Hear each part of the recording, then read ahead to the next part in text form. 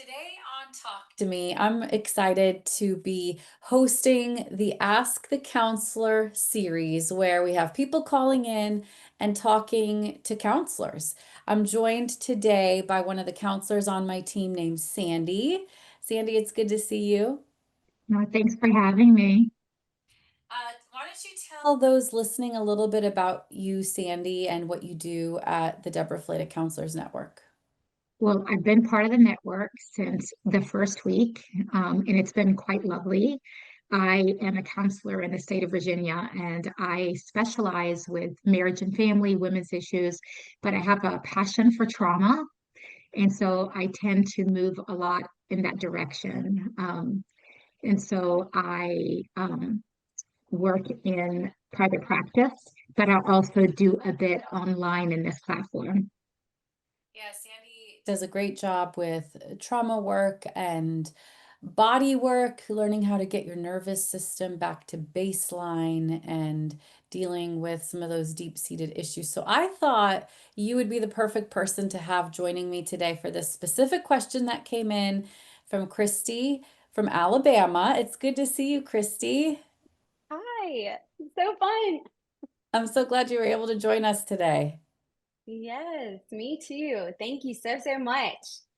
So we're excited to get into your questions. So why don't you go ahead and share what is on your mind that you want to talk to us about?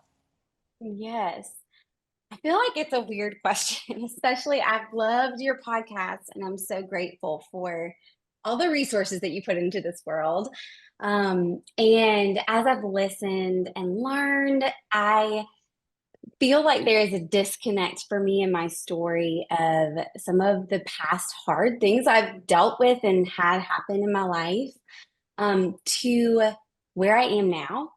And so I guess my question is, does trauma have to impact you in a negative way? And obviously it does initially, like hard things. I've felt that. Like I felt that it is hard and it is messy and it's not fun. But I don't feel like I've been like deeply negatively impacted by some of the things that have happened in my past. And so that's my question is does it have to?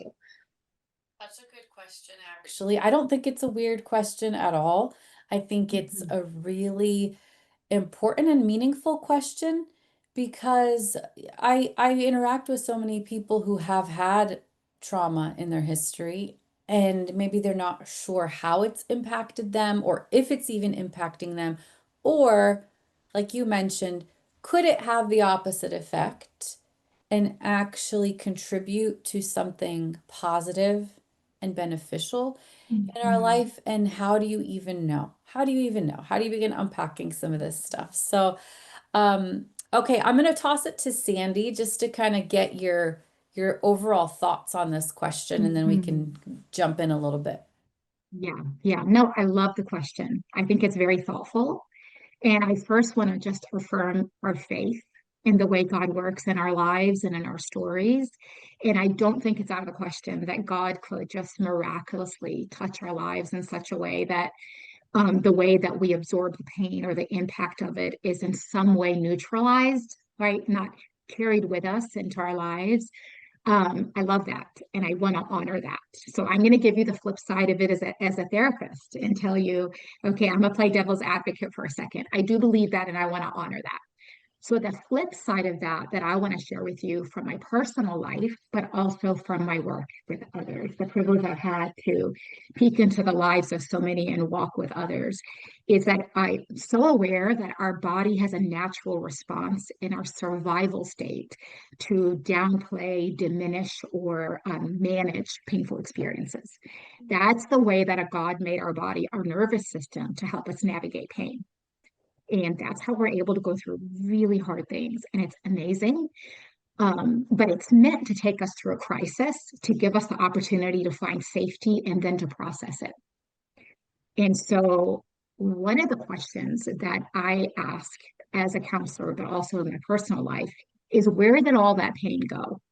How did my body manage it? How did my body process it? Because we're made to move through pain. And that's when we kind of get it comes in and we get it out. It comes in and we get it out. Pain is almost like, are you familiar with those old-fashioned spin tops? You know, your kids might have them and you spin Yeah. it and it kind of like buzzes around and then it just relaxes. Well, pain is like that in our body. It's meant to run its stress cycle. And so that its impact is neutralized. And so and this is something for you to think about, and I'm happy to give you examples. But when we go through stress cycles that are not metabolized, they don't run their normal course to be able to neutralize. We have to ask ourselves, where did that go in my body? Where did I store that in my body? And that is where the role of our nervous system comes in. And we could talk a little bit more about, well, how does that work? If I feel fine, then it's possible my nervous system is fine. And that would be like kind of part two of this. But I'd love to hear what you think about this so far. How does that hit you? I think it's beautiful how God protects us in that way through our bodies. And yeah, I love that. I also hear you saying that it can be kind of stored in your system, and if you have to get that energy out, and if it's not coming out, then that's not great. Yeah, yeah. It can be stored in our bodies. And this is something on a personal level that I've experienced. So I'll dip into that a little bit. But let's talk about so let's say hypothetically it is stored, because we don't know, right? Hypothetically, let's say it's stored. How are some of the ways that it manifests itself? So one of the things that happens as we experience the beauty and the heart of life is we continue to experience difficult things. And if you think of life almost like I have a teacup here, so I'm going to demonstrate. If you think of life like we have this capacity, we all have a capacity, a God-given capacity. But let's say, yeah, we pour into it. There's hardship, there's trial, there's loss. Eventually, what is not processed, eventually this cup is full. And so what I have experienced, I want to kind of use the term with you, a cumulative impact of pain and trauma, that it's like our body is resilient and we have this capacity to be with it. But eventually, as life happens and things happen, there's an accumulation of that. And sometimes we have a deposit that our body just says, yeah, I can't. I can't store this. And it's interesting when that happens. For me, it did not happen until probably about 10 years ago. And to give you an idea where I'm at in my life, my baby's 22 years old. And so we kind of ask ourselves, well, how can I navigate my emotional health then? There's no way for me to teleport into a different season of my life and imagine what my life is going to bring me and what my capacity is going to be. And we could talk about that a little bit, but if you can think of your body holding and containing and supporting you, and at some point we have to learn how to attune and navigate that so there is some movement through that we're in a way we're kind of creating space. We're moving through so that it doesn't overwhelm our system. I have a follow-up question for you, Christy, with that beautiful analogy that, kind of holding on to that. And you talked about being able to identify the pain of trauma in the present as it's happening, in the here and now. This is painful, this is hard. Can you give me like an outline or a summary of some of the things that you've navigated that have proven to be traumatic experiences for you? Because for some reason it seems like you have a little bit of a trauma history from your question. I mean, you're aware of Yeah. it, you're aware of pain, you're aware of hard things. So help us understand just a very brief overview of a little bit of that. Yeah. And, I feel like trauma is a big word. And so there's a part of me that's like, I just don't know if it's trauma. But I was adopted as a baby into a family. I have a relationship with both of my birth parents. So that is a piece of the long other story. So I guess that could be considered a trauma in and of itself, just adoption. And then from when I was in first grade through when I was a senior in college, almost every year but 3 years, somebody very close to me died. Whether that be a tornado coming through our neighborhood or a plane crash, suicide, car accidents. I mean, just lots and lots of was experienced or had just a lot of death. And it's when if somebody asked me, do you have a trauma history?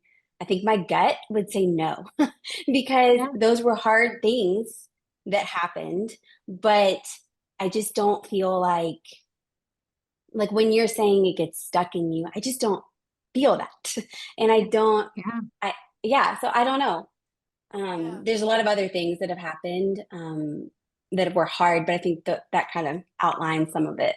Yeah. That's Yeah. perfect. Now, what would you say is the thing that you struggle with most in the present? The thing that you're constantly like, Lord, could you help me with this? Is it Mhm. people pleasing? Is it being like critical of yourself? Is it insecurity? Is it feeling overwhelmed? Is it having a hard time with boundaries? Like what would you say are some of the things that you struggle with the most in the here and now? I would definitely call myself a recovering people pleaser in that like it's something that I've always struggled with. I think my personality just lends to it. Um, but I'm so aware of it and fight actively against it, but just had to have a lot of boundaries up with making sure that I'm protecting my family and myself and um, giving as an overflow and not as like a necessity to get something for myself that I need to find in healthier ways. Yeah. And I guess that's a really great starting point, you know, with regards to navigating trauma. Oftentimes it's how are these struggles in the present connected to the things I've experienced from the past. For example, an adoption wound, even though it doesn't feel like a wound, in the sense that maybe you had a wonderful adoptive family and a really healthy experience. But at the same time, we can't underestimate the fact that there was some rejection there. I Yeah. mean, ultimately, it's some sort of a rejection wound in the fact that I have to come to terms with the fact that this family biologically was not able to have me for reasons A, B, Mhm. or C, and I had to grow up with this family. And then when you think about loss and the trauma of, we would call it an abandonment wound, grief, loss, all of those things. So sometimes when you have wounding in relationships in that way, you Mhm. overcompensate for it by trying to fix relationships, by trying to be all things to all people, by trying to prevent abandonment and rejection. I don't want people to be upset with me. I want to make sure they're okay. I want to do everything I need to do to help them feel good. And without even realizing it, we're overcompensating or we're filling in the blanks to avoid pain points that we might not even be aware that we're doing it. And so Mhm. that's Mhm. one way trauma actually affects us. Somebody might say, well, I'm just a people pleaser. I'm just wired that way. But what affected that wiring? And Mhm. so those are the questions that we start to ask. I find this really an interesting question because I recently worked with a longtime client of mine. And when I first met her, she said to me, oh, and by the way, I'm adopted. But to be honest with you, I don't really think that's had an impact on my life. I had such a great family. And then about 2 years into the counseling process, she said to me one day, I can't believe I thought that had no impact on my life. But she sincerely did. She sincerely thought at that point, I don't see how there's a connection here. And then as we started to unravel this, and where did this come from? And what's this rooted in? Where did this belief Mhm. system come from? it became more and more clear that there are probably Mhm. some things connected to those experiences, and maybe not in the way that you expect, because being a people pleaser isn't like equivalent to drug addiction, or like all of these things that we think of the impact of trauma. But it's safe to say it can have an impact on our Mhm. personality and bring us a notch away, or maybe two notches away, from God's best, from exactly where God Mhm. wants us, in alignment with Him. And so that's another Mhm. way of thinking about it. What are the things in the present that I struggle with that may have something to do with the past? Sandy, I'm curious Mhm. your thoughts. I do. I have this thing. Okay, I have this. I love things that are like bite size that I could just hold on to. So I have this thing that I do with myself. I ask myself when I experience something, let's say anxiety about something or people pleasing. I'm a people pleaser too, by the way. So people pleasing, wanting people to be happy, wanting people to be fine with me. I ask myself this question. I ask myself, is this part of the present? Is this part of the past? Or is it a combination of both? So my whatever this is, the tension that I'm experiencing, whether it's in a relationship or internal, and that helps me because often I find it's a combination of both, right? Because my past comes with me. It affects the way, the paradigm with which I view people or the things that I'm trying to meet emotionally. So, and sometimes I will literally write this down. I will like try to get out of my head and say, okay, past. And I'll do a little brain dump. Like, what are some connections that I think I can make? And then present. And then it helps me to know how to show up in this moment, how to better understand what's happening with me in a more like informed way. Yeah. I think that's helpful. Christy, you mentioned that you have little kids. And I think about, another analogy. Me and Sandy are just throwing analogies at you today, but another analogy that comes to my mind is, as a mom, oftentimes my windows are full of fingerprints, smudges, smears.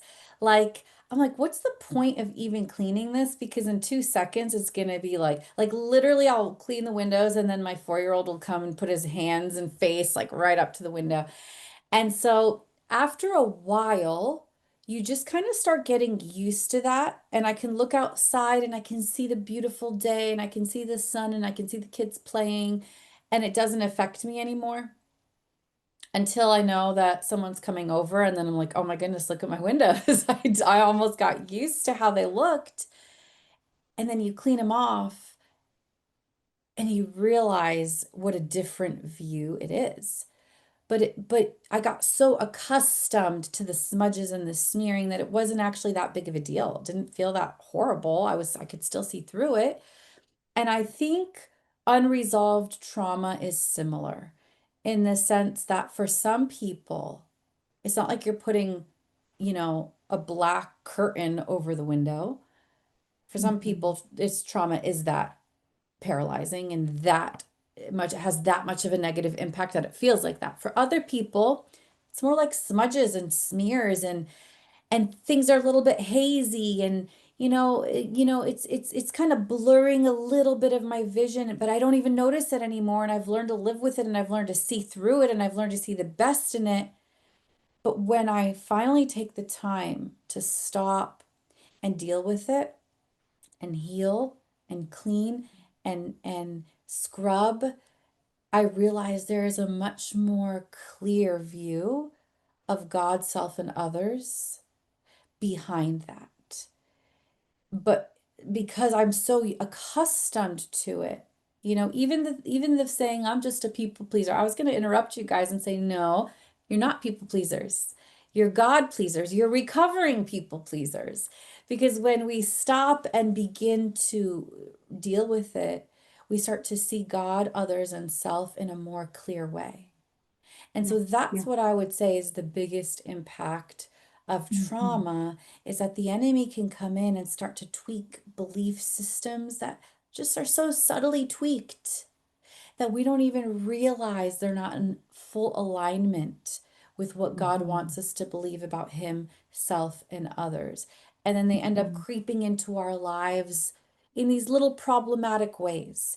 And for some people, if left undealt with, like Sandy said, it just begins to pile up because now all of a sudden I have a tweaked view of that friend over there, and a little bit of a tweaked view of God, and a little bit of a tweaked view of myself. And as I'm going through things in life, the burden gets a little bit heavier and a little bit heavier until my cup is like, I can't do this anymore. Something's got to give. Mhm. And Mhm. for some people, they would call that, we hear the word mental breakdown and all kinds of things.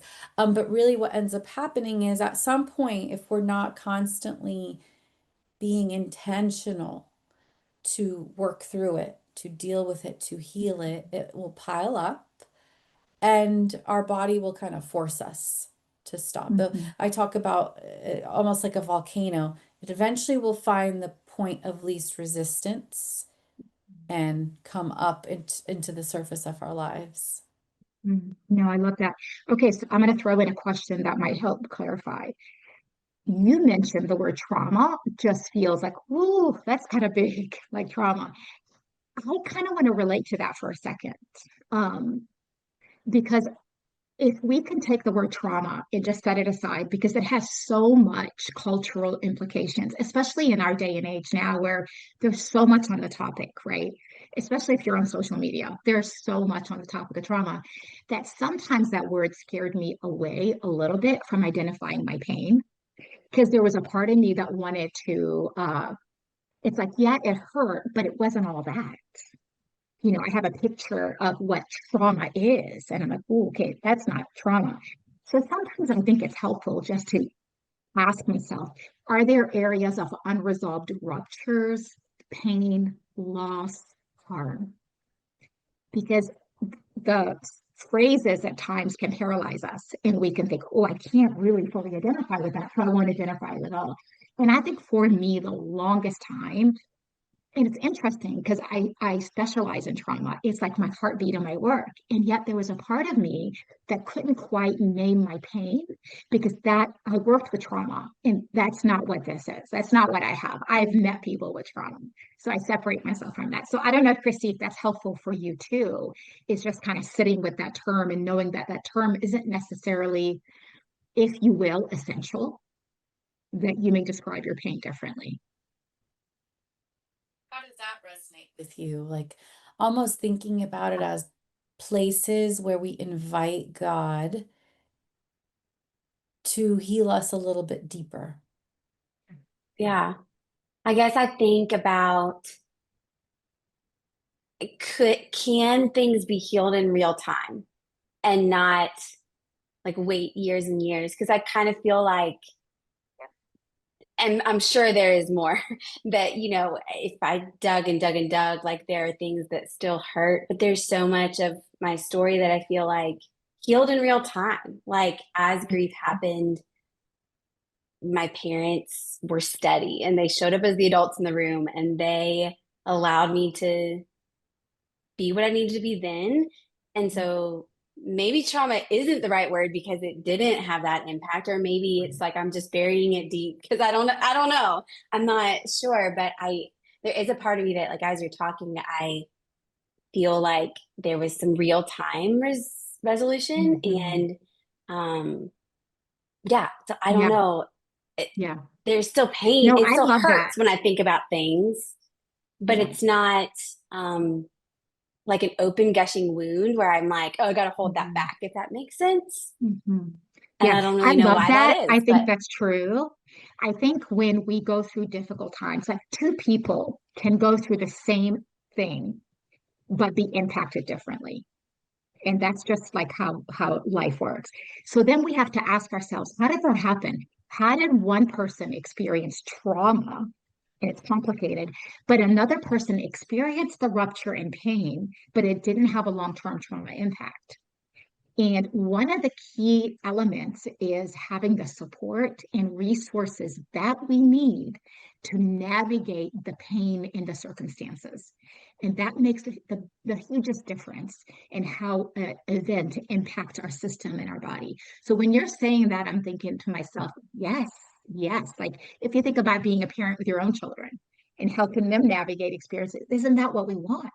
We want to be that compassionate presence to help them move through things in a healthy way. So I do think that that's something that's so powerful and so true Yeah, I in what you're agree. saying. Yeah. And I think it's, I guess how I see it is I think God can truly help us heal in real time, for sure.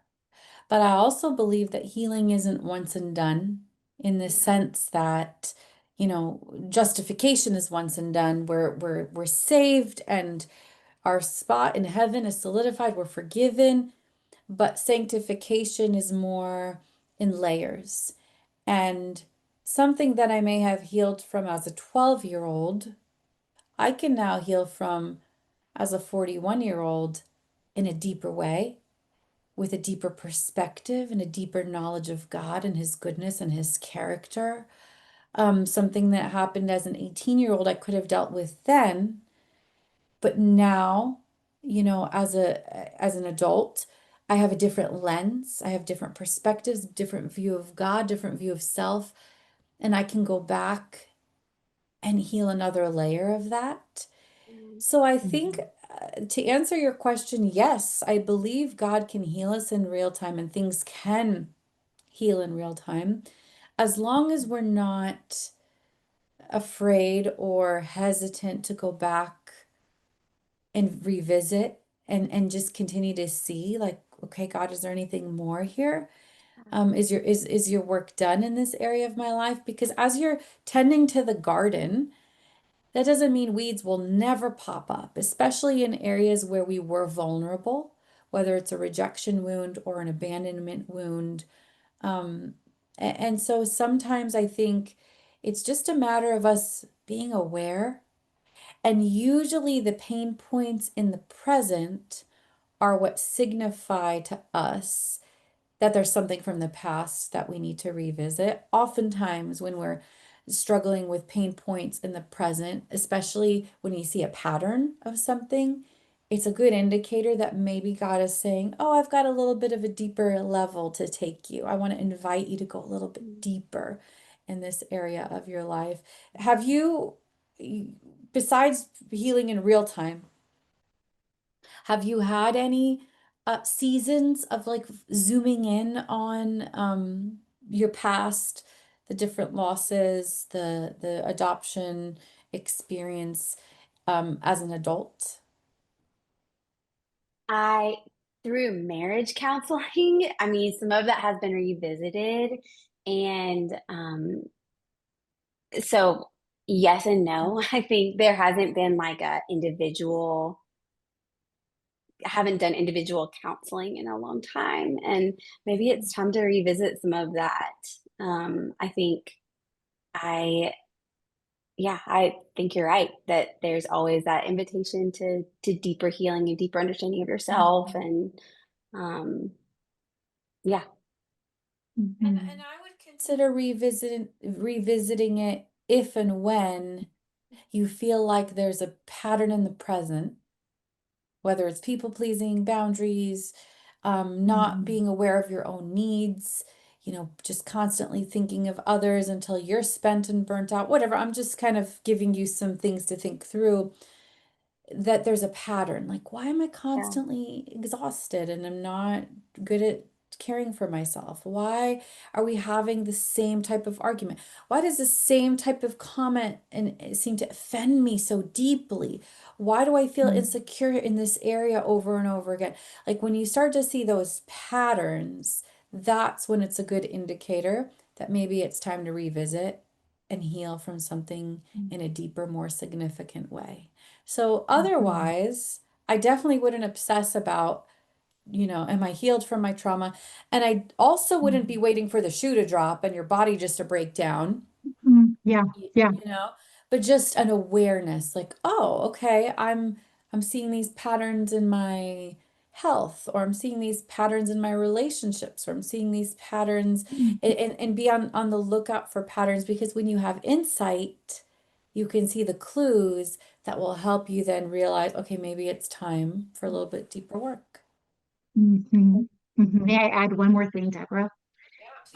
Along that line, because I love what you're saying about don't be concerned, that kind of thing.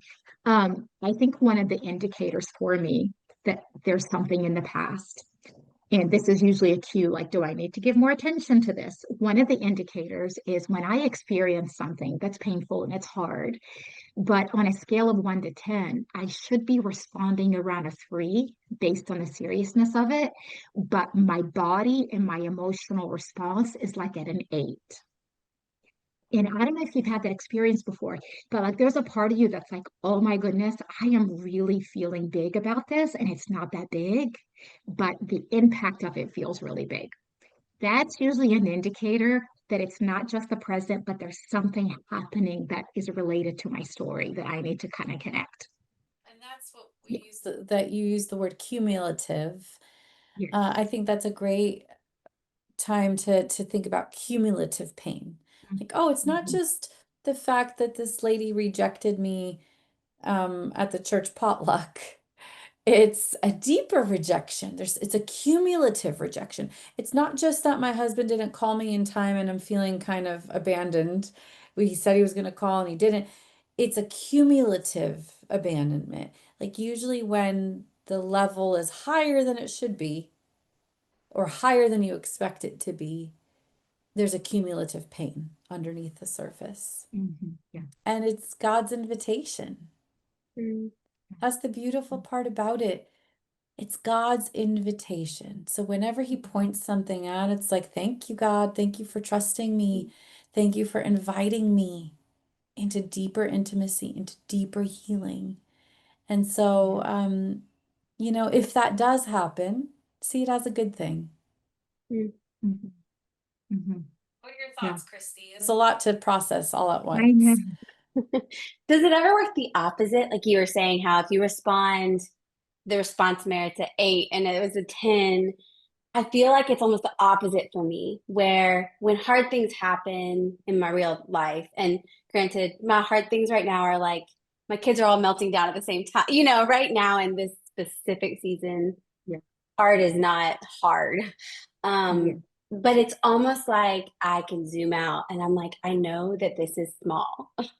And I see I I see the other side of it almost because it's Mm. like I don't it's just temporary and there's just not I've seen God carry me through so many things and it's like I've been in the eye of the hurricane and I see it all going on around me, but I've been okay, even if my circumstances have been just chaotic and crazy.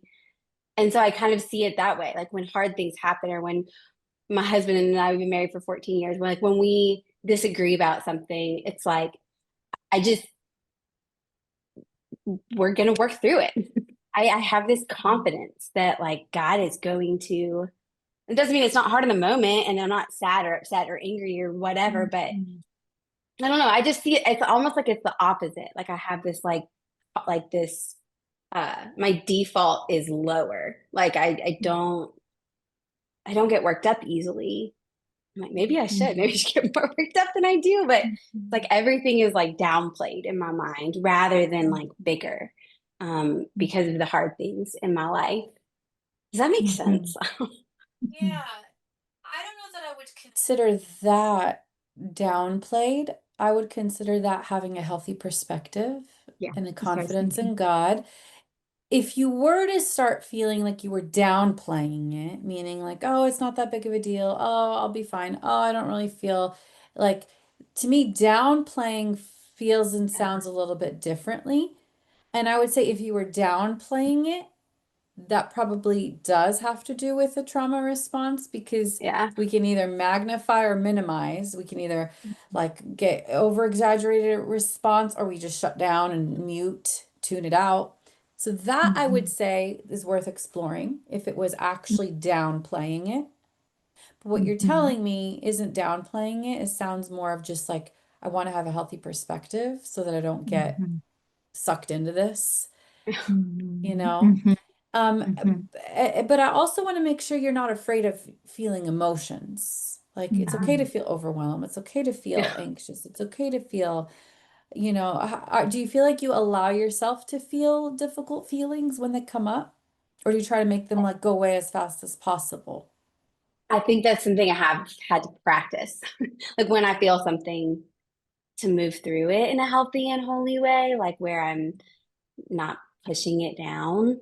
Because that would be my tendency, is to just like move through it, or not move Mhm. through it, but just push it down and ignore it. And um, that's something I've had to learn. And I'm grateful my husband's better at that than I am. And so that's helpful, Yeah. to just be in relationship with somebody that's better at that than me. Um, but I'm growing in that. I'm growing in that. And I have a long way to go in the moment, in real time, feeling how I'm feeling. Right. Yeah, I think that's key, Christy. You learning how to be in your moment, in your life, in your story, feel the feelings because feelings aren't bad. It's what we do with them. Feelings are just indicators or like warning lights. They tell us what's going on. So I think practicing attuning to what's going on in my body. I love the fact that you have perspective. I love that. You know this is going to pass. But the flip side of that is you don't want to disconnect from the pain when there is pain Mhm. that you need to navigate your way through. So sometimes Good. naming it, honoring it, and your husband sounds like he's such a support in that particular way. And just being able to name it when it's hard and allow yourself to feel that, and in that way resolve it, and in that way move through it to the other side. And for what you describe, I'm a lot like you. I don't want to feel sad. I don't want to feel negative emotions. Let's quickly deal with them and move on. And so sometimes I could rush that process instead of really move through it in a way I can kind of minimize it to manage it. And I've had to learn how to name it and be with it and kind of move through it and resolve it and not hurry it. Because sometimes hurrying it is the way that I minimize it. It doesn't really go away. So it's a practice for me too. And I would add to that that I do think when one impact of trauma, traumatic experiences, great loss, is that your body almost turns down your emotions so that you can go through it. It's like, okay, emotions are just, there's a lot. So I'm just gonna kind of turn down the volume a little bit so that I can kind of work through this loss and this loss and this loss and this loss and this loss. But if we never learn to turn the volume back up, we could also find that we're downplaying not just the negative, but we're also downplaying like the really good experiences. And Mhm. oftentimes the joy, the pain, the laughter, the excitement, the grief, like when you turn the master volume down, they all kind of go down. When you turn the master volume up, they all kind of get boosted back up. And so that would be the negative, is that oftentimes it can be attached to kind of an overall, like, I'm just going to try to stay here instead of up and down, up and down, up and down. But like Sandy said, it's learning to honor those feelings. It's learning to see God in all of them and Mhm. feel Him Yeah. in all of them, to give them all to Him as a gift, to trust Him through all of them, to praise Him through all of them, and to enjoy Him and the life that He's given us through all of those things. So Mhm, I think mhm, that's probably part of your journey, is just learning not to downplay, learning mhm, to feel, embrace, and see what deeper work God wants to do in this season of your life. mhm, mhm. Good. Thank you. Yeah, Yeah. you're very Christy, I can welcome. relate with you so much. The way you process and the way you see emotions, I can relate so much just with your perspective. Would you consider yourself more of a thinker or a feeler? Ooh, I think thinker, probably. But Mhm, I'm very empathetic. So I think about other people's emotions, and mhm, probably have a hard time identifying my own emotions. Um, so yeah, so I would say thinker. Yeah. And when, like I said, whenever you see parts of your personality that are like, oh, I want to become healthier in this way, that's usually the best time to trace it back. Yeah. Because God wants to heal us in all stages. He wants to heal the 30-something-year-old version of you, the teenage version of you, the 8-year-old version of you, the 6-month-year-old version of you. He wants to heal it all. And so I think that's the beauty of walking with him, is that we get to journey with him as he helps us go through each age and stage, and honor him in all of it. Good. Thank you so much. It's such a good question, and I think a lot of people will be able to relate and kind of start asking their own questions in that way. So thanks for joining us. Yeah, thank you. Christy. Appreciate all the work that you do, Deborah and Sandy. It's a privilege. It's a joy. Take care, Christy. Okay, thanks.